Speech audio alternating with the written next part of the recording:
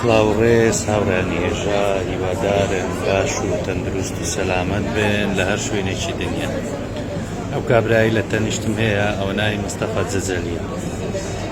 ئەوە یەک لەو تورکە فاشستانەی کە لە 2018 لە بۆ دڵخۆشکردنی ئەردۆغانی لەگەڵ کۆمەڵێک هونەرمەندی تکەی تورک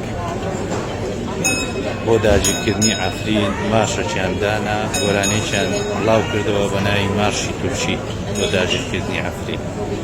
ئێستا ببینن کوڕە هەرزەکارەکەی مەسوور بارزانی لە 2022 لە بۆ ئاهەنگی دەرچوانی زانکۆی ئەمەریکی لە دهۆک ئەو مستەفا جەجەلیە هینایە لەوەی ئەردۆغان و یعنی بە فولەکەی مەسوور بارزانی کوڕەکەی و ئال بارزانی هیچ شتێک لەدەست نادەن بۆ دڵخۆشکردنی ئەردۆغان و دار و دەستەکەی.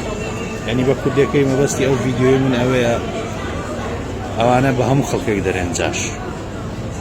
باشە کاکە ئەو گریمان هەموو خەڵک جاشە، بەسان گوت جاشایەتی تۆ دەکەن.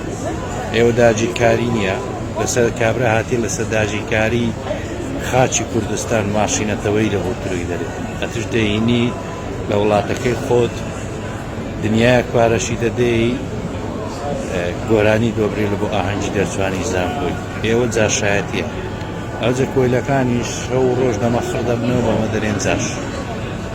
کاکە ئەوە جاشایەتیە، بەمە مەرێن جاش. بڕۆن بە بەرپرسەکانتان برێن کە پارەی ئەنگۆ بە فری لە خەتم قسە بەمە دەرێن، ئەو پارەی گۆ دەدزن بدەنە ئەو فاشستانە لەوەی بێن گۆرانی برێن و پارەی پەیدا. ئەوەیە جاشایەتی. بۆ جاشایەتی هەر ئەوە نییە، جاشایەتی ئەنوا ئەشکال نەوعی هەیە، ئەو یەک لە زۆرەکانی.